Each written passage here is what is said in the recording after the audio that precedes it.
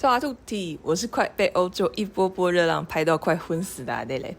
剩一年的夏天真的好可怕，7月才过一半热浪已经来了3波，而且攻势一次比一次猛烈。白天只能躲在家伤害北极熊，傍晚出门第一件事就是找冰淇淋吃。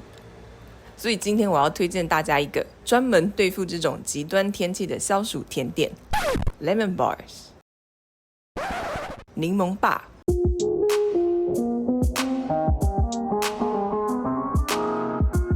金黄鲜香的柠檬蛋黄酱，搭配入口即化的奶油派底，酸酸甜甜，冰冰凉凉，饭后服用保证脾胃舒爽，暑气全消。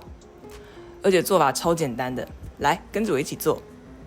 首先是奶油派底，混合所有干粉材料和砂糖，搅拌一下，加入冰奶油，再次用处理机打成细沙状，手轻轻捏可以成团的状态，平均分配到铺好烤盘纸的烤皿。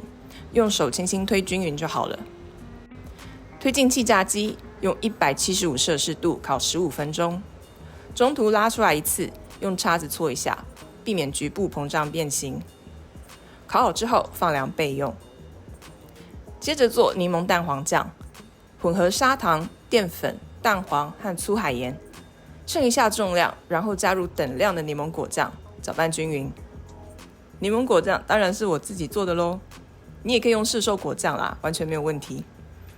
全部搅拌均匀之后，用小火煮滚，记得要偶尔搅拌，防止粘锅。煮滚后数1分钟再离火，煮好的柠檬蛋黄酱会变得浓稠，还有点透光。马上加入奶油，搅拌均匀，等温度稍微降下来一点，再加入橄榄油，柠檬蛋黄酱就做好啦。外头的太阳太凶，我不敢晒。但厨房调出来的这锅金黄小太阳倒是让我心情不错。趁柠檬蛋黄酱温热还有流动性的时候，倒进派皮会比较好操作。用橡皮刮刀把柠檬蛋黄酱均匀的推到各个角落。